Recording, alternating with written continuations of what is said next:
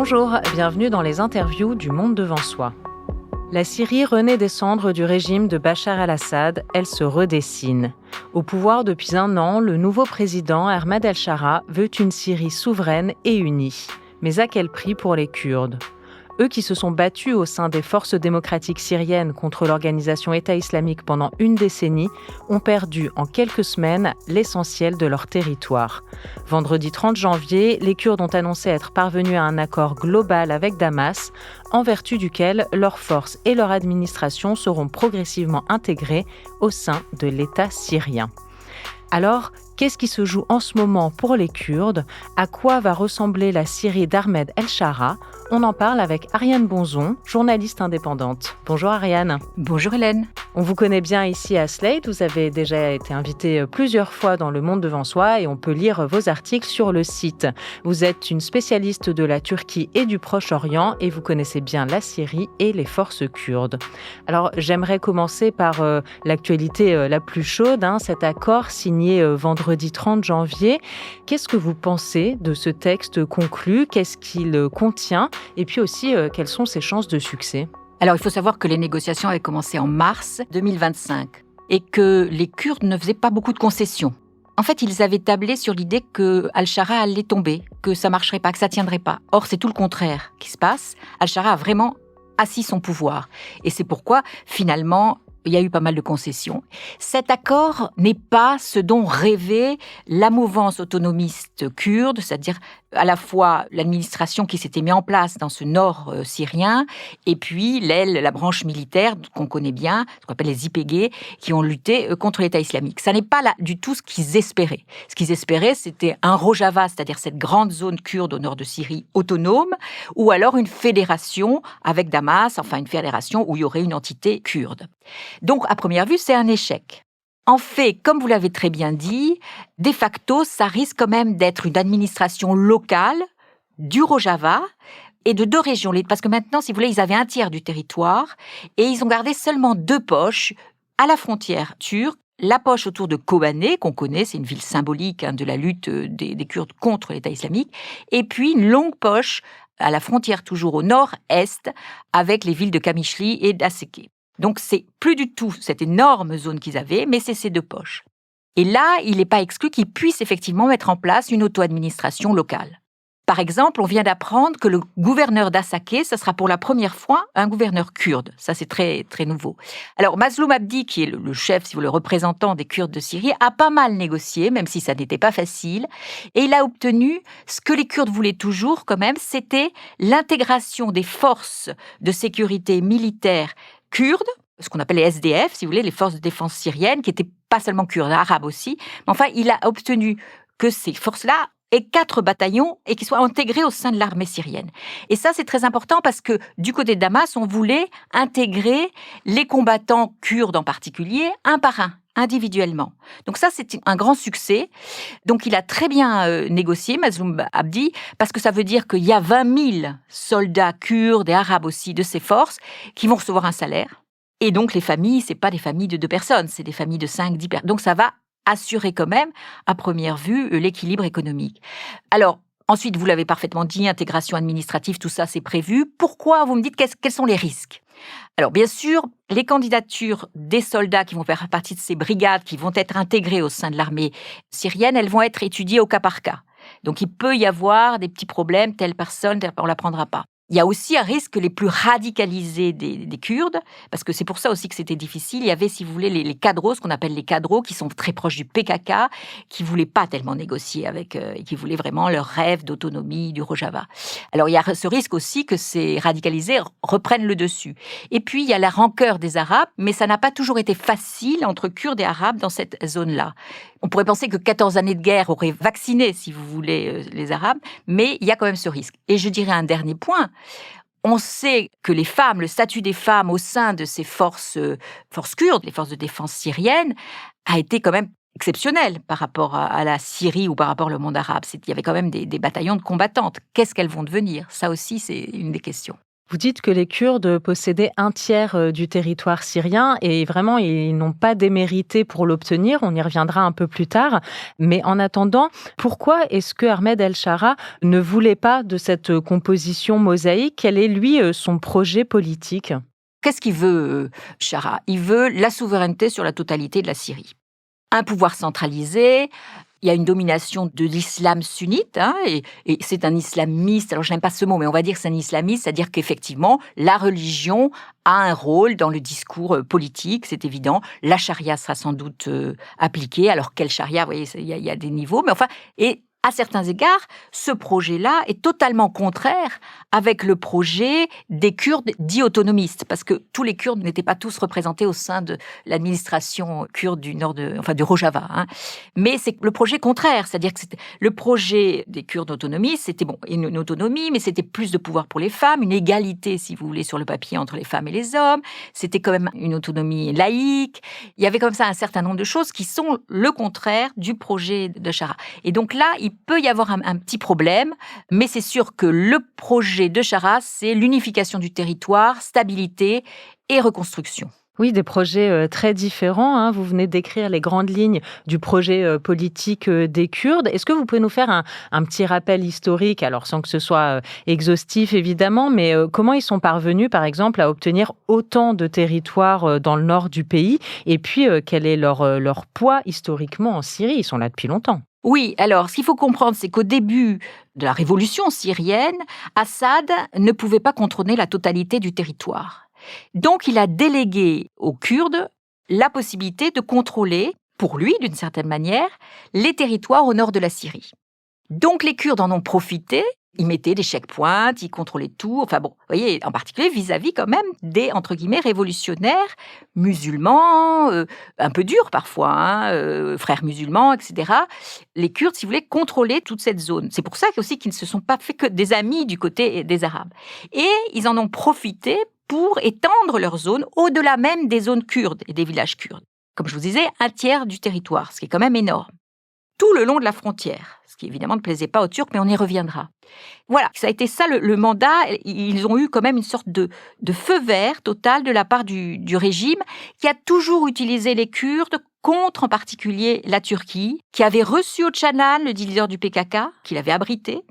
Après, Damas a relivré Öcalan en 99, mais enfin, ils ont quand même toujours joué la carte du PKK. Assad a toujours joué la carte du PKK. Donc c'était dans la continuité. L'idée à ce moment-là, effectivement, des Kurdes, c'était on fait un État indépendant sur les 4 pays qui nous concernent, c'est-à-dire Syrie, Turquie, Iran, Irak. Et en Syrie, donc, il y avait cet espoir qu'au fond, ça allait être le premier pays qui allait enfin avoir une zone autonome, le début d'un État indépendant, quoique l'idée d'un État indépendant a été un peu abandonnée. Donc c'était une zone autonome qui allait enfin être dans la lignée des idées d'Öcalan, du PKK. Mais juste, pardon, je vous coupe, ça veut dire que c'était une alliance de façade avec Bachar al-Assad, de dire, bon, ok, on s'occupe pour vous des territoires du Nord, mais en fait, nous, derrière la tête, on a un projet, on va faire notre projet politique? Absolument. L'idée, c'est un intérêt. Alors, c'est sûr qu'il y avait des députés kurdes, il y avait un certain nombre de choses, Assad avait. Mais par exemple, beaucoup de Kurdes étaient privés de nationalité syrienne. Al-Shara, juste l'actuel président autoproclamé syrien, vient de signer un décret qui donne la nationalité syrienne à plusieurs centaines de milliers de Kurdes.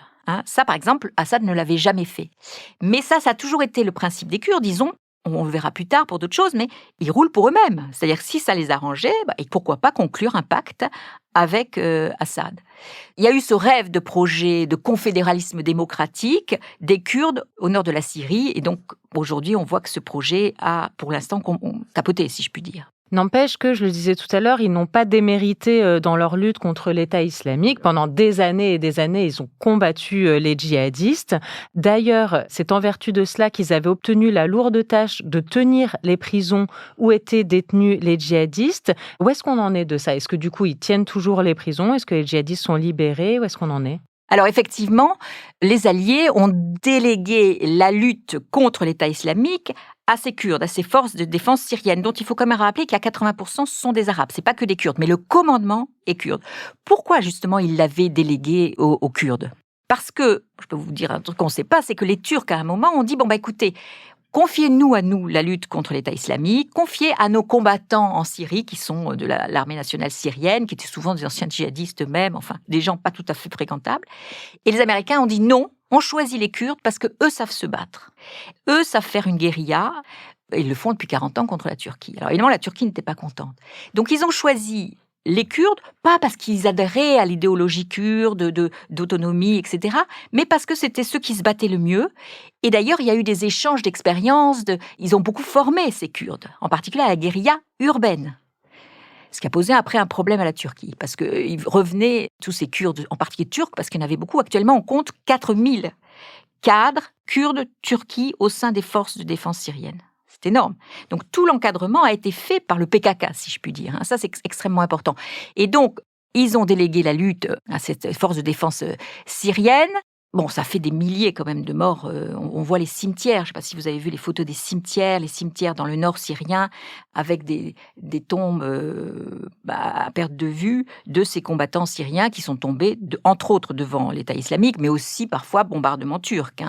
Alors après, quand à première vue, l'État islamique a été, si ce n'est détruit complètement, a été marginalisé, ou en tout cas en partie neutralisé, il y avait toutes les prisons, il fallait tenir les prisons. Et pour le PKK, c'était une possibilité de financement énorme. Alors ça, un jour, on écrira sans doute l'histoire de ce qui s'est passé, mais on ne sait pas, mais il y a eu des millions de dollars et d'euros qui ont été versés. Par qui ? Alors, par les alliés américains, France en premier lieu aussi, pour tenir ces prisons avec ces djihadistes. Et les financements, c'était souvent par tête de détenus. Ce qui fait qu'aujourd'hui, quand on ouvre les prisons, on se rend compte qu'il n'y a pas que des États islamiques, pas que des membres de l'État islamique. Il y a aussi peut-être des types qui ont été mis là, droit commun, des gens comme ça, parce que ça faisait pour gonfler un peu les chiffres. Là encore, on commence à avoir quelques récits de ce qui se passait dans les prisons.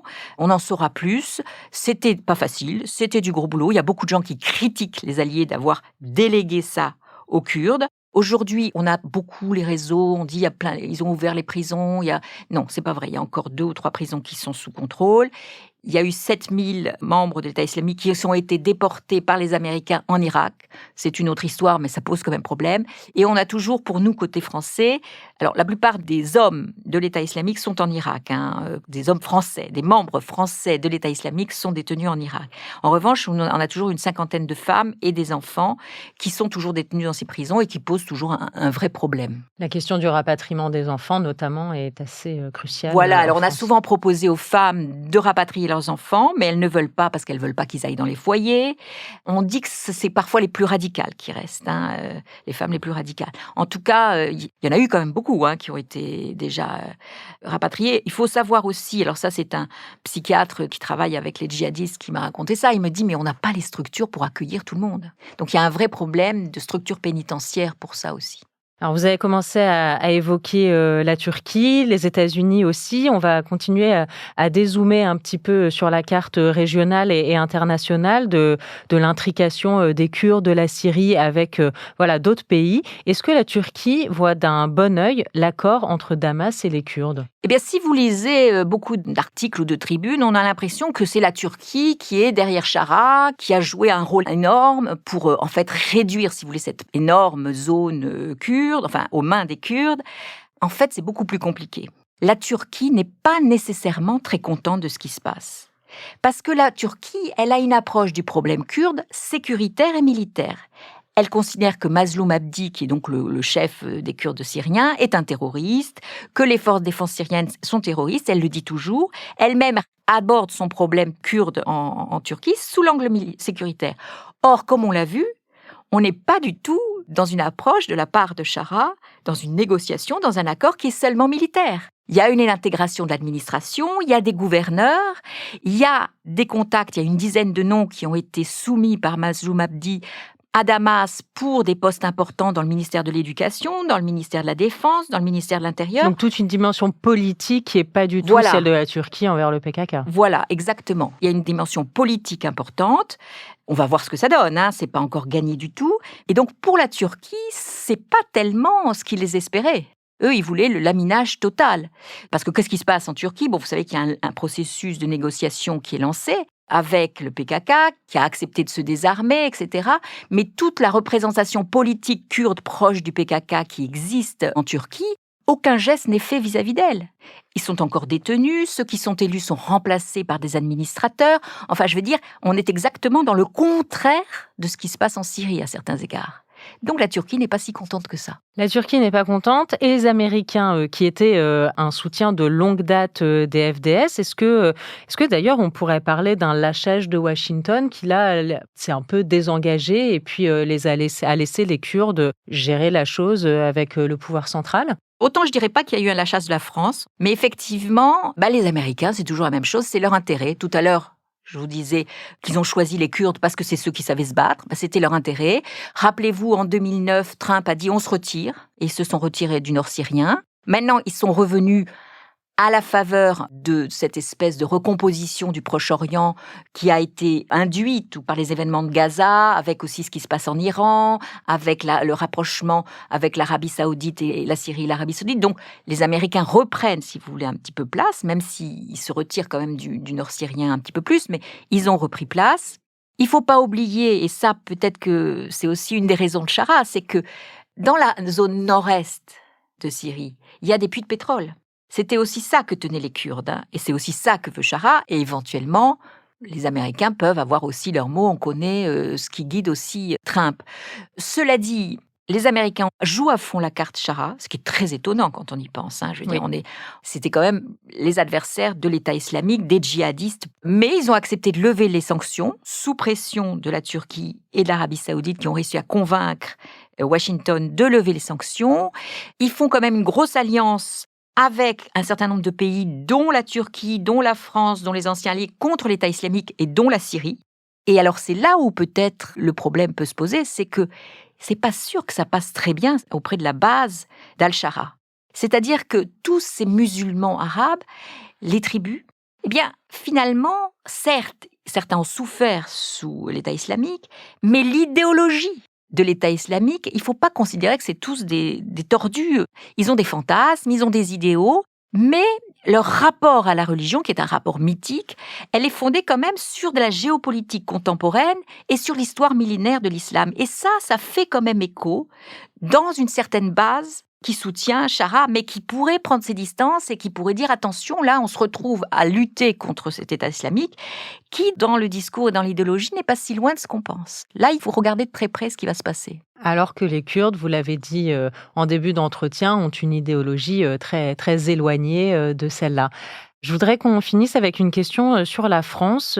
Alors, pour le dire un peu naïvement, j'ai l'impression que la France aime bien les Kurdes. Voilà, qu'il y a justement peut-être en vertu de cette idéologie démocratique, laïque, féministe qui est le leur. Mais il y a évidemment beaucoup de documentaires qui ont été faits ici. Le fait qu'il y ait eu les femmes combattantes, c'est quelque chose qu'on a beaucoup couvert également. Et néanmoins, Emmanuel Macron a salué l'accord qui a été conclu vendredi dernier. Il a dit que c'était une très bonne chose et que ça permettrait à la Syrie d'avancer.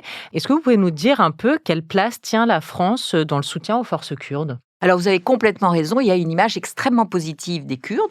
Pas une image complètement infondée. C'est vrai qu'ils se sont battus pour nous, quand même, contre l'État islamique. C'est vrai aussi qu'ils ont un rapport à la religion. Attention, ils ne sont pas nécessairement anti-religieux tous, etc. Ils ont un rapport à la religion différent. Le rôle des femmes est extrêmement important.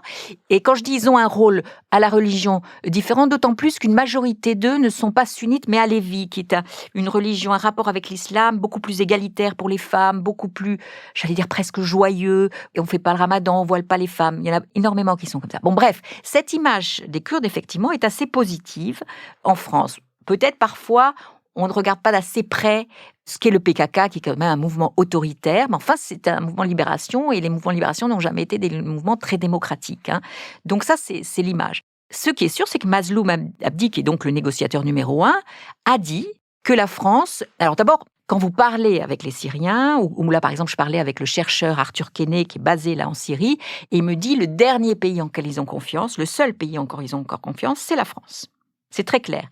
Et Mazloum Abdi a dit lui-même que la France lui avait donné sa garantie par rapport à l'accord. Et même, il a remercié la cellule diplomatique de l'Élysée. La France joue un rôle clé, et pas depuis hier. Ça fait, dès la chute d'Assad, ils ont envoyé une personne, il y a un envoyé spécial auprès des Kurdes, sorte de reconnaissance justement de ce qu'avaient fait les Kurdes pour nous. Donc depuis 10 mois, cet envoyé spécial négocie entre les Kurdes, pour protéger d'une certaine manière les Kurdes des négociations. Donc effectivement, on ne sait pas exactement jusqu'à quel point il a été intervenu dans ces accords, mais sans doute beaucoup. On peut dire que là-dessus, la France s'est assez bien comportée. Et c'est en contradiction avec, excusez-moi, mais des propos délirants de certains politiques français actuellement, qui visiblement connaissent absolument pas le dossier et qui sont en train de dire on a lâché les Kurdes, etc. C'est pas vrai, la France n'a pas lâché les Kurdes. On finira sur ces mots. Ariane Bonzon, merci pour cet entretien très éclairant. Je rappelle que vous êtes journaliste indépendante, spécialiste de la Turquie, du Proche-Orient et que vous connaissez très bien la Syrie et les forces kurdes. Merci beaucoup.